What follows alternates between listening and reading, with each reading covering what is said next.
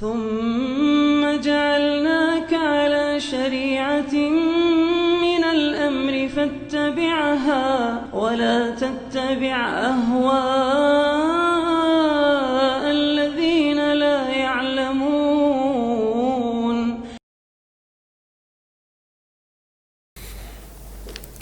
Kemudian dikatakan di dalam hadits, wa innahu sayakunu fi ummati kadzabuna thalathun kulluhum yaz'umu annahu nabi wa ana khatamun nabiyyin la nabiyya ba'di. Kata beliau, sungguhnya di antara umatku ada 30 pendusta yang mengaku nabi. Ya, kalau dibaca nanti di sejarah orang-orang yang mengaku nabi, itu akan muncul 30 orang yang mengaku apa? Mengaku nabi. Semuanya pendusta. Dan para pendusta ini menganggap bahwa diri mereka adalah nabi. Iya. Wa ana khatamun nabiyyin, kata Nabi, padahal akulah penutup para nabi. La nabiyya ba'di, tidak ada nabi setelahku. Nah, kalimat tidak ada nabi setelahku ini bantahan. Ini haditsnya mutawatir ya, tidak ada nabi setelahku. Haditsnya mutawatir. Iya. Ini bantahan terhadap orang-orang Ahmadiyah dan selainnya, menganggap bahwa masih ada nabi setelah Nabi Muhammad. Mereka katakan khatamun nabiyyin itu bukan penutup, artinya khatam itu artinya cincin para nabi. Ya. Jelas ya? Itu ucapan mereka. Dan itu kebatilan ya, sebab di riwayat ini tegas khataman nabiyyin, dan ditegaskan mana khataman nabiyyin. Tidak ada nabi setelahku. Tidak ada nabi setelahku. Kalimat ini tidak bisa mereka rubah. Dan ini dalam hadits yang mutawatir. Dalam hadits yang mutawatir. Baik, jadi ahlul bidah seperti itu. Dia mau merubah apa saja dari ayat maupun hadits. Iya. Ada kadang satu sudut bahasa yang membenarkan, tapi akan tampak kebatilannya nanti dengan dalil yang lain. Akan tampak kebatilannya dengan apa? Dalil yang lain. Itu ambil kaidah seperti itu. Iya. Karena agama ini selalu dijaga oleh Allah Subhanahu wa taala. Wala tazalu ta'ifatun min ummati 'alal haqqi mansuratan la yadurruhum man khadalahum wala man khalafahum hatta ya'ti amrullah tabaraka wa taala. Ya. Sungguh pun demikian akan senantiasa ada sekelompok orang di antara umatku yang tegak membela kebenaran dan mendapat pertolongan dari Allah. Orang yang menghinakan dan menyelisih mereka tak akan memudaratkan mereka, tidak membahayakan mereka sampai keputusan Allah tabaraka wa taala datang. Iya. Dan ini pengabaran ya, bahwa umat ini di setiap generasi, di setiap zaman pasti ada sekelompok orang yang menegakkan kebenaran. Tidak mungkin itu alfa di tengah umat. Ya, hanya saja kekuatan membedakan. Kadang dia lebih mendominasi dan kadang lemah. Kan begitu. Tetapi kelompok ini selalu ada, tetap ada. Pada setiap masa yang menampakkan kebenaran. Iya. Baik. Karena itu seorang itu berpikir kebaikan untuk dirinya. Kalau engkau tidak menjadi penolong agama Allah, akan ada orang-orang lain yang akan menolongnya. Iya. Kita ini yang perlu kepada agama, dan kita yang perlu kepada kebaikan. Adapun agama akan selalu dijaga oleh Allah Subhanahu wa taala. Baik.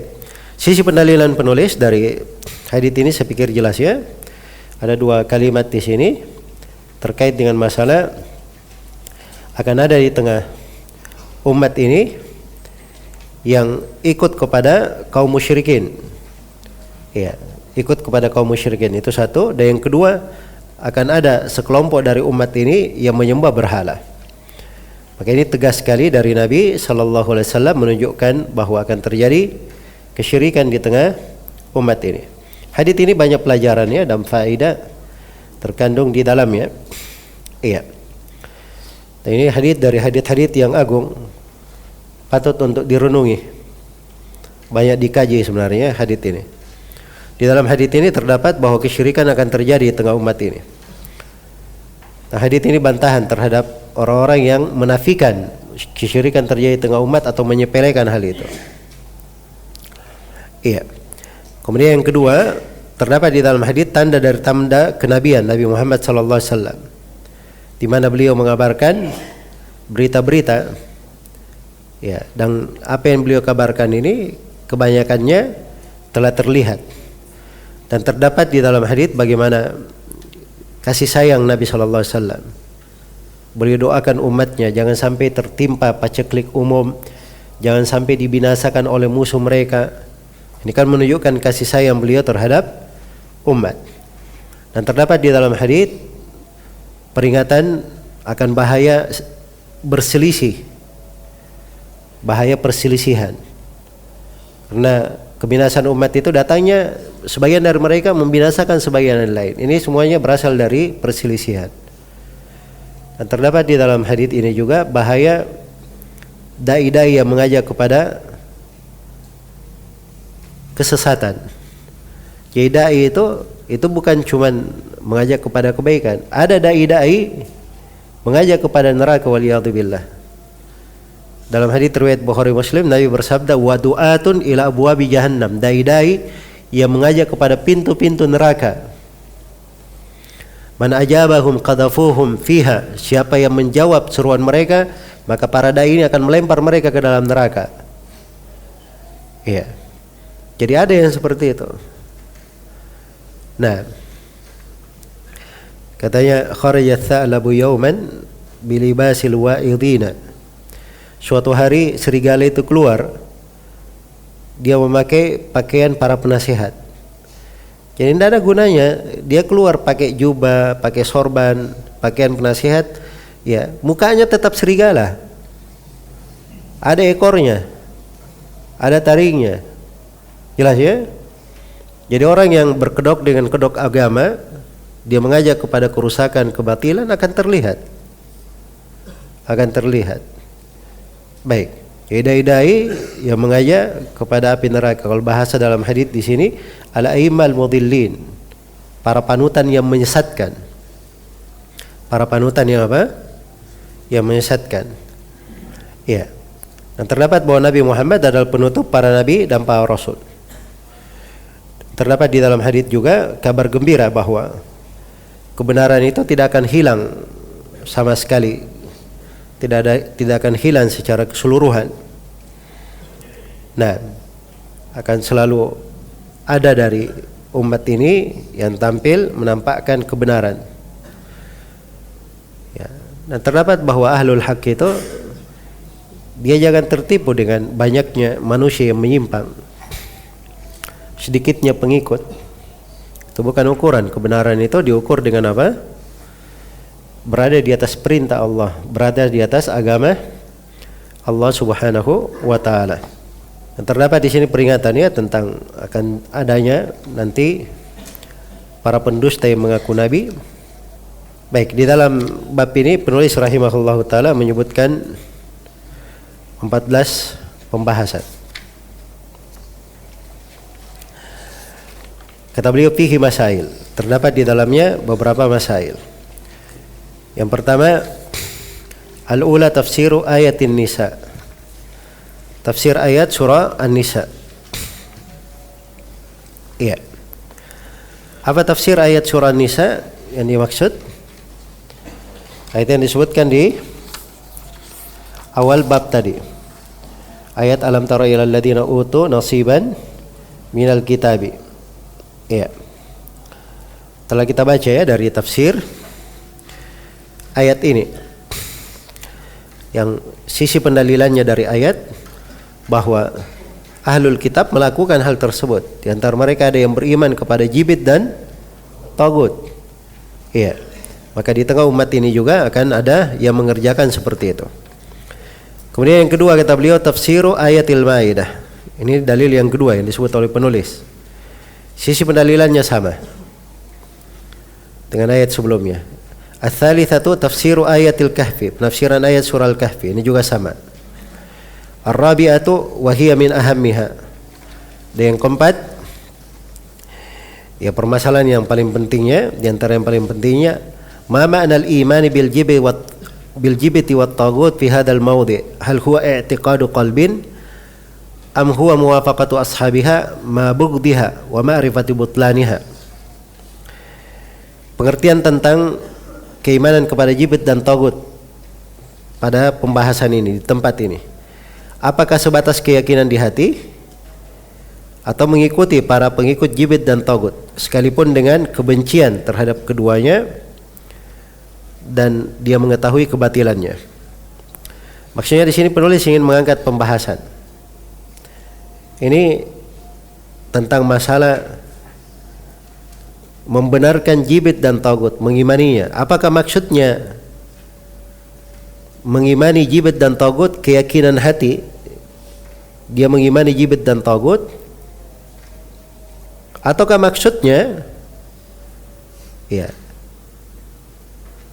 dia tahu bahwa ini jibt dan taghut, dia tahu, tapi orang yang beriman kepada jibt dan taghut ini dia sepakati, dia lakukan perbuatan sama dengan perbuatan mereka, tapi mereka benci kepadanya dan tahu tentang apa? Kebatilan jibt dan taghut. Yang mana yang dimaksud? Yang pertama atau yang kedua? Ini sengaja diungkap oleh penulis ya. Ingin beliau tegaskan bahwa maksudnya beriman kepada taghut itu beriman kepada jibt dan taghut itu bukan keyakinan hati. Karena orang-orang Yahudi disebutkan di dalam Al-Quran, ya'rifuna al-kitaba kama ya'rifunahu kama ya'rifuna abna'ahum. Mereka kenal kitab mereka sebagaimana mereka kenal anak-anak mereka. Kebenaran tahu mereka. Tahu. Tapi yang mereka lakukan di sini, mereka itu melakukan pekerjaan perbuatan sama dengan itu. Jelas ya? Karena itu kekafiran itu kadang dengan ucapan, kadang dengan perbuatan, kadang dengan keyakinan, dan kadang dengan apa? Keraguan. Dia bisa kafir karena hal-hal tersebut. Baik, ini dipahami ya. Penulis di sini ingin menegaskan kadang sebagian manusia seperti itu. Dia jatuh di dalam kekafiran nyata. Oh, niat saya tidak seperti itu. Maksud saya tidak seperti itu. Ya, sebagian amalan itu tidak bermanfaat. Apa dia maksudnya? Jelas ya. Tapi yang dilihat bagaimana zahirnya mencocoki dari kekafiran tersebut. Baik. Kemudian al-khamisatu, yang kelima, kata beliau, qauluhum innal kuffara alladziina ya'rifuna kufrahum ahda sabilan minal mu'minin. Pernyataan ahlul kitab kepada orang-orang kafir, kaum musyrikin, bahwa jalan mereka, dan ini pernyataan ahlul kitab ya, yang mereka ini, ahlul kitab ini, yang mereka mengenal kekafiran mereka ya, bahwa mereka ini lebih bagus jalannya daripada orang-orang yang beriman. Iya, lebih bagus jalannya daripada orang-orang yang beriman. Diperbaiki ya sebagian kalimat di terjemahan itu. Jadi orang-orang ahlul kitab ini, atau orang-orang ahlul kitab, mereka mengatakan bahwa orang kafir yang mereka kenal kekafirannya, ya, itu lebih bagus jalannya dari siapa? Dari orang-orang yang beriman. Iya. Baik. Dan ini yang berjalan di tengah mereka ya, di tengah ahlul kitab ini. Iya. Jadi kalau itu terjadi di tengah mereka, ahlul kitab ada yang menganggap orang kafir lebih bagus jalannya daripada orang beriman, nanti akan ada juga di tengah umat Islam itu yang menilai sebagian orang kafir itu lebih bagus daripada apa? Umat Islam itu sendiri. Nah, itu mulai muncul ya dari sebagian orang yang tertipu melakukan perjalanan ke negeri-negeri kafir. Pergi ke sebagian negeri, dia lihat, wah, negeri kafir ini masya Allah lebih rapi, lebih tertib,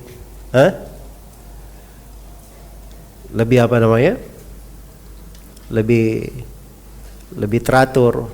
Nah, ini akhlaknya umat Islam ini. Ya. Akhlaknya orang kafir di negeri Islam katanya. Akhlaknya umat Islam di negeri kafir. Ini bahasa apa yang dia pakaikan? Dia cuma melihat masalah-masalah dunia, terus dianggap bahwa orang kafir lebih bagus daripada umat Islam? Mana perbandingan keimanan dengan kekafiran? Iya. Satu umat Islam yang tidak mengerti aturan, misalnya hidupnya amburadul, tapi dia mukmin, itu lebih baik daripada seluruh orang kafir yang berada di atas muka bumi. Ini cara berpikirnya yang aneh. Orang-orang terfitnah dengan negeri kafir. Baik. Kemudian di sini dikatakan yang ke berapa? Yang keenam, kata penulis rahimahullah, as-sadisatu wa hiya al-maqsudu bit-tarjamah anna hadha la budda yujad fi hadhihi al-ummah kama taqarrara fi hadithi Abi Sa'id. Dan yang keenam yang merupakan maksud dari judul bab. Jadi intinya sebenarnya di hadits Abu Sa'id ini. Ya, semuanya terkait dengan hadits Abu Sa'id. Bahwa beriman, ya, yang disebut di dalam hadits Abu Sa'id, bahwa hal ini akan terjadi di tengah umat ini. Bahwa hal tersebut akan terjadi di tengah umat tersebut. Jadi maksudnya hal ini apa? Itu diperbaiki ya, bukan beriman kepada jibit dan tagut, tapi kesyirikan terjadi di tengah umat. Hal ini itu akan terjadi di tengah umat ini sebagaimana ditetapkan dalam hadits Abu Sa'id Al-Khudri. Baik, kemudian yang ketujuh, as-sabi'atu at-tasrihu bi wuqu'iha ani ibadat al-awthan fi hadhihi al-ummah fi jumu'in katsirah. Pernyataan Rasulullah sallallahu alaihi wasallam dengan tegas bahwa akan terjadi penyembahan kepada berhala oleh kalangan dari umat ini, banyak dari umat ini. Jumu' katsira maksudnya banyak dari umat ini jatuh di dalamnya. Karena bahasa di dalam hadits hatta ta'buda fi'amun min ummatil authan. Fi'am itu artinya kelompok-kelompok. Fi'am, kelompok-kelompok. Itu jumlahnya banyak. Kemudian yang kedelapan, as-sadisatu ats-tsaminatu al-ajabul ujab. Khuruju man yadda'i an-nubuwah مثل المختار ما تكلمه بالشهادتين وتصريحه أنه من هذه الأمة وأن الرسول حق وأن القرآن حق وفيه أن محمدا خاتم النبيين وما هذا يصدق في هذا كله ما التضاد الواضح وقد خرج المختار في آخر الصحابة وتبعه فئام كثيرة. Kata beliau, dari perkara yang sangat mengherankan adalah kemunculan orang yang mendakwakan dirinya sebagai nabi seperti Al-Mukhtar. Ya, seperti Al-Mukhtar. Ini sudah kita bahas ya di pembahasan sittatu mawadhi minas sirah tentang orang-orang yang murtad ini. Nah, bagaimana mereka ini dia keluar sebagai nabi. Al-Mukhtar ini ketika Mukhtar bin Abi Ubaid ini ketika dia keluar, dia itu mengaku dirinya nabi. Dia berucap kalimat syahadat la ilaha illallah Muhammadar Rasulullah juga. Ya. Dan dia mengaku bahwa dirinya dari umat Islam. Ya. Hanya saja dia diberi kerasulan. Dan dia akui Nabi Muhammad benar, Al-Quran benar. Dan dia akui Nabi Muhammad dia mengakui bahwa Rasul benar, Al-Quran benar. Iya. Baik. Padahal di dalam Al-Quran itu diterangkan bahwa Nabi Muhammad penutup para nabi. Jelas ya. Ya kalau diakui Al-Quran, harusnya dalam Al-Quran kan disebut bahwa Nabi Muhammad penutup para nabi. Tapi bersama dengan itu semua, dia dipercayai oleh banyak orang. Padahal ada kontradiksi yang sangat jelas. Banyak yang mengikutinya. Al-Mukhtar hidup di akhir masa para sahabat dan diikuti oleh banyak orang. Dan dimaklumi kisahnya ya, Al-Mukhtar bin Abi Ubaid ini. Bagaimana dia diperangi di akhir masa para sahabat. Iya. Jadi ini dari kejadian dikabarkan oleh Nabi terjadi di tengah umat.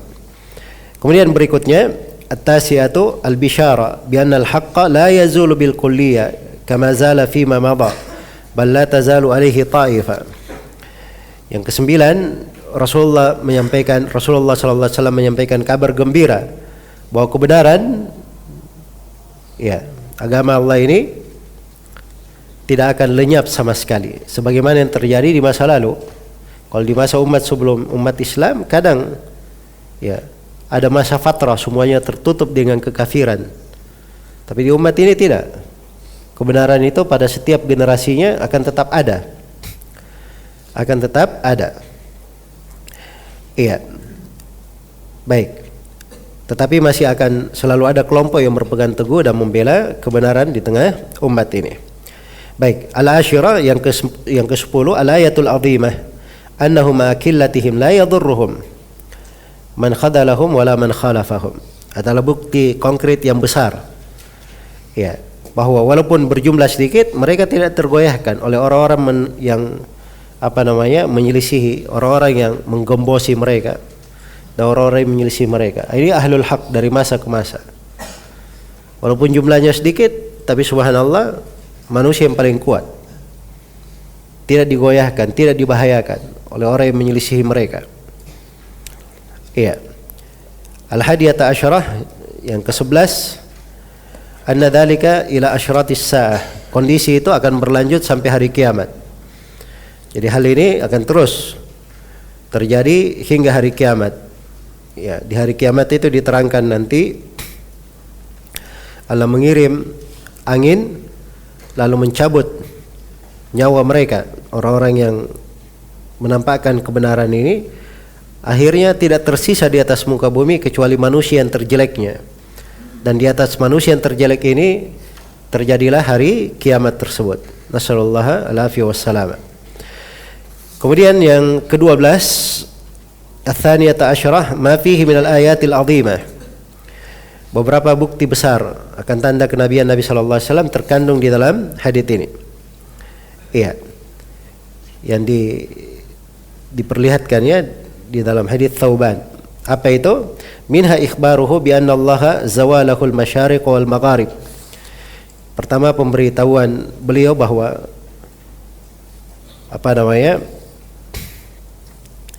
Nabi sallallahu alaihi wasallam mengabarkan bahwa Allah Subhanahu wa taala membentangkan kepada Nabi Muhammad sallallahu alaihi wasallam belahan bumi barat dan timurnya. Wa akhbara bima'na dzalika fa waqa'a kama akhbar bi khilafil junubi wasyimal. Iya. Dan beliau menjelaskan makna itu. Kemudian terjadi sebagaimana beliau kabarkan.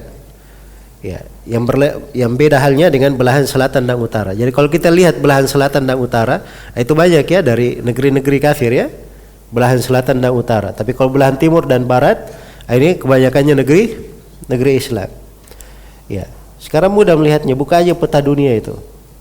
Itu sama, bumi dibentangkan di atas mata itu, peta dunia dilihat. Nah, lihat saja negeri-negeri Islam itu terbentang dari timur ke mana? Dari timur ke barat, bukan dari utara ke selatan. Iya, bukan dari utara ke selatan. Baik. Dan ini terjadi sebagaimana yang dikabarkan oleh Nabi. Yang kedua, wa ikhbaruhu bi annahu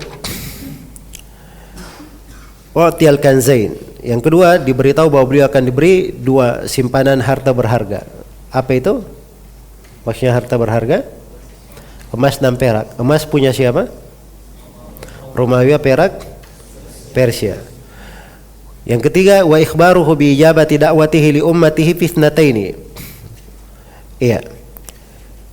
Pemberitahuan bahwa doa beliau untuk umatnya dikabulkan dalam dua hal.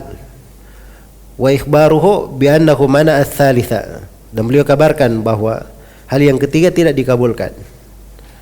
Iya. Hal yang ketiga yang tidak dikabulkan. Yang pertama apa yang dijawab? Yang dijawab untuk beliau apa? Tidak dibinasakan dengan paceklik umum, satu. Terus yang kedua? Tidak dibinasakan oleh musuh mereka. Yang ketiga? Yang ketiga ini yang tidak dikabulkan. Dua yang dikabulkan. Yang tidak dikabulkan apa? Tidak dibinasakan oleh diri mereka sendiri. Ini yang tidak dikabulkan. Karena kebinasaan mereka itu terjadi, sebagian dari mereka membinasakan sebagian yang lainnya. Baik. Kemudian wa ikhbaruhu bi wuqu'is saif. Berikutnya dari tanda kenabian beliau kabarkan terjadinya pertumpahan darah. Dan ini mulai dari kejadian siapa? Utsman ibnu Affan radhiyallahu taala anhu hingga hari kiamat. Iya. Wa annahu la yurfa idza waqa'a, dan beliau kabarkan bahwa pertumpahan darah kalau sudah terjadi tidak akan diangkat lagi. Berikutnya wa ikhbaruhu bi ihlaki ba'dihim ba'dha. Ya, pemberitahuan beliau bahwa sebagian umat ini akan menghancurkan sebagian yang lain. Wa sabbi ba'dihim ba'dha, dan sebagian dari mereka menawan sebagian yang lainnya. Nah, berikutnya wa khaufuhu ala ummatihi minal aimmatil mudhillin. Beliau ini tidak disebutkan di terjemahan antum di sini ya, dimasukkan di terjemahan itu. Dan kekhawatiran beliau terhadap